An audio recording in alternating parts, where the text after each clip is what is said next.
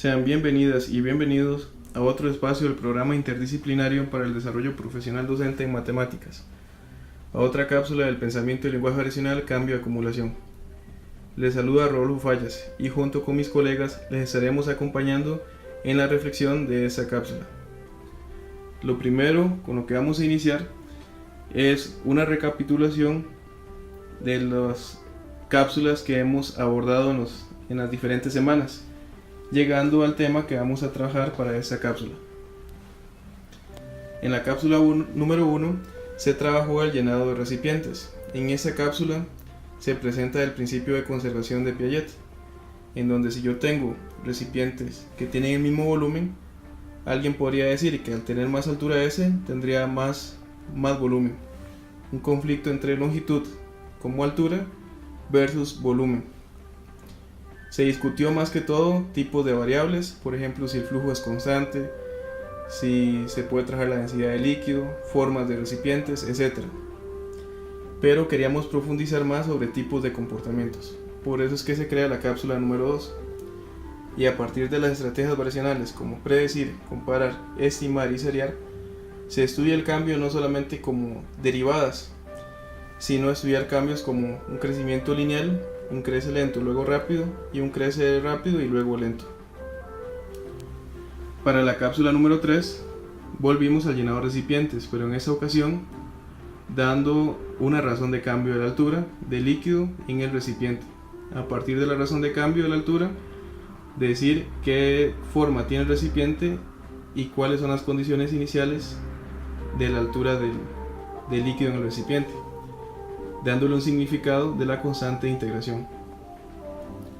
En la cápsula número 4 se estudia la configuración y reconfiguración de áreas, en el sentido que si yo tengo áreas que parecieran diferentes, pero con fórmulas geométricas llegamos a la conclusión de que son el mismo área, tienen la misma medida de área, parecido a lo que se estudió con el principio de conservación de Piaget, donde tenemos recipientes con el mismo volumen, pero se podría conflictuar con la altura de los recipientes.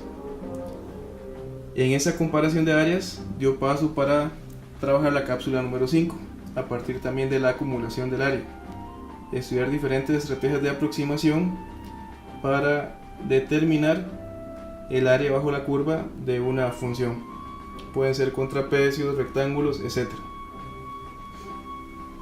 En la cápsula número 6 se estudian áreas por encima del eje de tiempo o el eje X y áreas por debajo del eje X o el eje tiempo, pero a partir de situaciones como personas que entran en el metro o un transporte público y personas que salen, o agua que entra en una cisterna y agua que sale. Además estudiamos patrón de comportamientos de las áreas en la acumulación, llegando a deducir patrones que serían en términos de antiderivado. En la cápsula número 7 se estudian áreas por debajo de la curva y áreas por encima de la curva, dando importancia a la longitud que puede tener cada uno de esos rectángulos para obtener una mejor aproximación, el delta X. En la cápsula número 8 se estudian los patrones de comportamiento del área para las funciones de la forma Px más Q, que serían rectas. A partir de la seriación y comparación de áreas se llega a deducir una fórmula general de esta integral. En resumen, pues hemos logrado la significación desde el uso de la integral, que es nuestro objeto matemático. Hemos estudiado la integral a partir de la integral definida como área bajo la curva, o la integral también como esa familia de antiderivadas.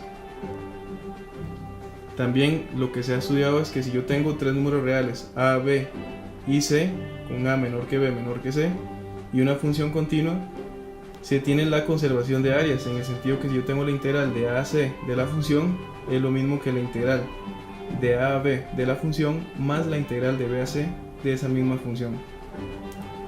Y además la conservación de áreas de una función de la forma px más q, tal como observamos acá. ¿Qué vamos a estudiar en esta cápsula? Vamos a iniciar con un siguiente ejemplo de nuestra práctica docente. Cuando estamos en cálculo diferencial, les enseñamos a nuestros estudiantes que la derivada es la pendiente de la recta tangente a un punto dado de una curva.